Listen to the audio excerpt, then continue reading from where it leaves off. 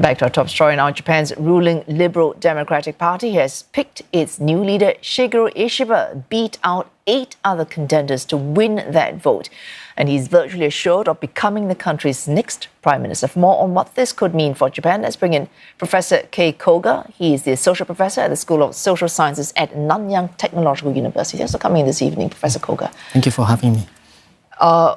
We've heard this many times in the lead up to this party election. This is unprecedented for the LDP, largely because formally the factions, and there are 6, have been officially or formally dissolved. And therefore, you could not tell who was actually going to win the vote before the vote actually took place. Right. Yeah, that's true. It was unprecedented because we are not really having the factional voting, as well as there are the 9 candidates for the presidential election. And what was only clear is that there would be the runoff because nobody is going to get the because you're at 9, majority. So no one was going to get 50% of exactly. So then, in that sense, there are only like 2 candidates who could actually go up for the run-up, and then that would be the 2 out of the 3 strongest candidates: Shigeru Ishiba, the Sanae Takaichi, and then the Shinjiro. So in the runoff, when Mr. Ishiba emerged triumphant, it was 214 to 190 thereabouts, right? Right. Was that surprising that given Ms. Takaichi had the support of Mr. Abe before he was killed, and she still has the support of Vice President of the party, Taro Aso, and we all know that, so much for no more factions.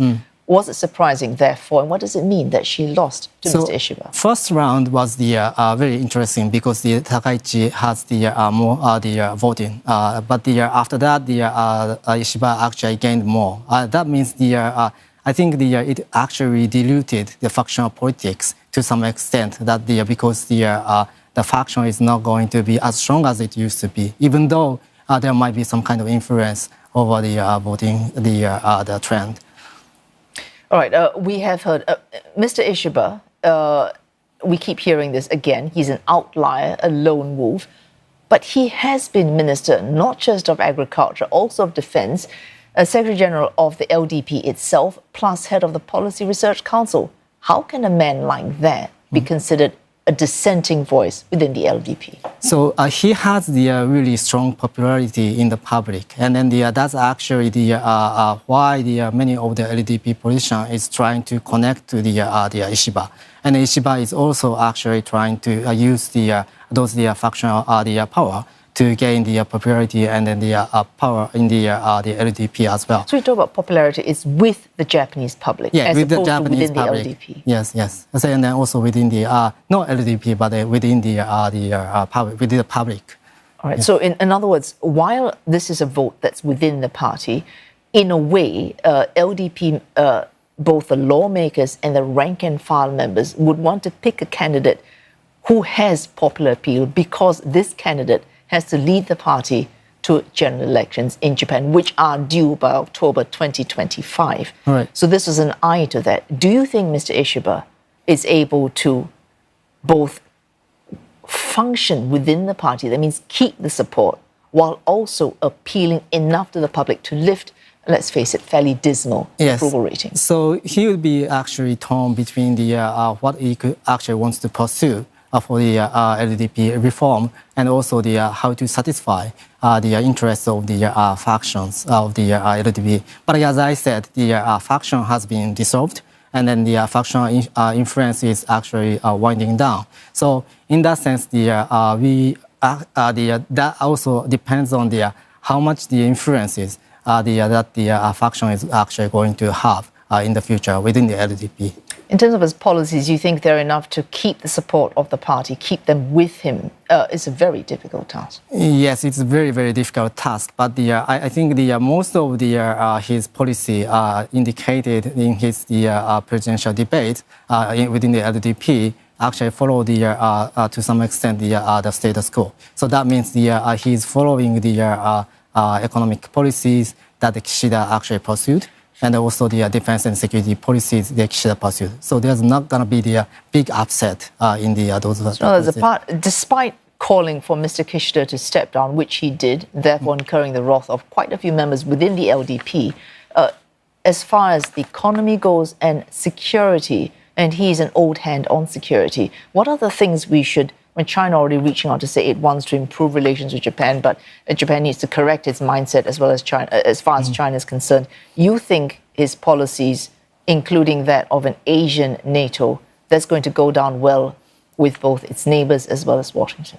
I think the Asian NATO idea is very much his own, and then he has been advocating this idea for a long time.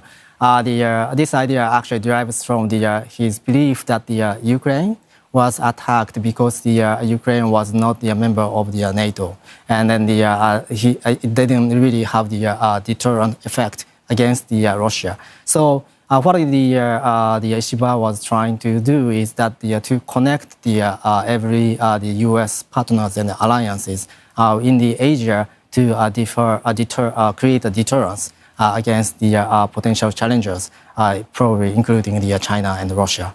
All right. And looking in just the last week, so I think Monday we saw Russian incursion into Japanese airspace, and last month we also saw that Chinese incursion this time, and there were suggestions within Japan that these two might be linked, and I stress that's still pending investigation.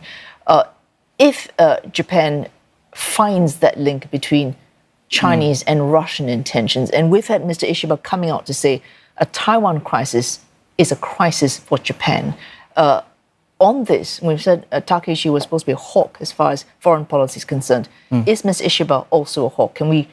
Are we looking at policies that are going to be incurring unhappiness, let's say, in Beijing? I think he's really going through lots of defense issues, and then he has the in-depth understanding of the Japanese defense capabilities and then legal and constitutional constraints.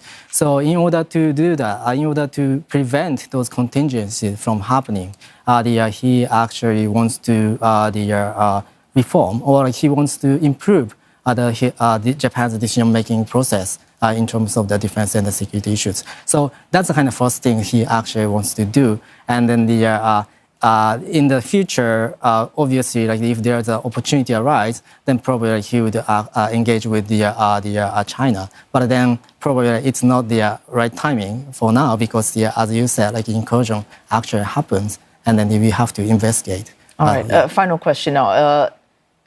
Every campaign, not just in Japan, likes to talk about reform. When you're actually in power, reform means disturbing the interests of those who have vested interest in keeping the status quo. Do you see Mr. Ishiba genuinely committing on reform, despite the unpopularity that might bring him within the LDP? Final question. So he is the unconventional politician. He has the experience, and he's a senior LDP politician. But at the same time, he always challenges and criticizes the LDP politics, if necessary, if there's some incidents happened, like scandals and so. So in that sense, I think Mr. Ishiba is trying to do. The question is whether he could actually sustain the support from the LDP politicians to go ahead for the LDP reforms. Since there might be some more influences remaining in the factional politics. All right, we shall see what happens. Mr. Kishida is stepping down despite but in fact, he has served almost 3 years, which makes him one of the longest-serving Japanese prime ministers. Thanks so much for coming in, Professor Kei Koga from Nanyang Technological University.